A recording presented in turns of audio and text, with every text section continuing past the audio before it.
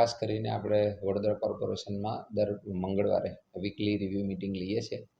Solid વેસ્ટને લગતી. એમાં assistant municipal commissioner, ward officer, sanitary inspector અને સિનિયર સેનેટરી ઇન્સ્પેક્ટરોને બોલાવીએ છીએ અને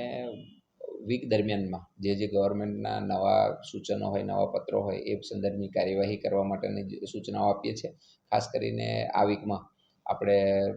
બલ્ક વેસ્ટ જનરેટર, જે માન્ય સુપ્રીમ કોર્ટના આદેશ મુજબ જે બલ્ક વેસ્ટ જનરેટરનું જે રજિસ્ટ્રેશન છે એની કામગીરી આપણા સિટીમાં થઈ રહી છે, એના પ્રોગ્રેસની વિગતો એ કરીએ છીએ. બીજું છે કે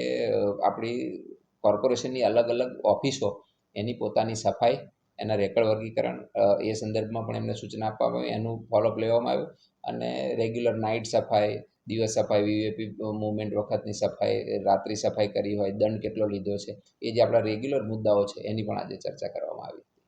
બીજી સૂચનામાં આપવામાં આવી છે કે જે કચરા ફેંકી રહ્યા છે એમનો કોઈ દંડ ફટકારવામાં આવે છે? હા, ખાસ કરીને આપણે વડોદરા કોર્પોરેશન તો છેલ્લા 1 વર્ષથી જાહેરમાં જે રીતે કચરો નાખે છે એવા નાગરિકોને સીસીટીવીના માધ્યમથી ઓળખીને કે બીજી કોઈ પણ રીતે ઓળખીને એમના કચરા નાખેલામાંથી પણ આપણે એ જોઈ અને કોઈ જો દુકાન કે કોમર્શિયલ એક્ટિવિટીવાળાનું નામ જણાય તો એની પાસે પણ દંડ વસૂલ કરીએ છીએ અને એ રીતે દર મહિને ઓલમોસ્ટ આપણે 15 થી 20 લાખ રૂપિયાનો દંડ આપણે વસૂલ લઈએ છીએ.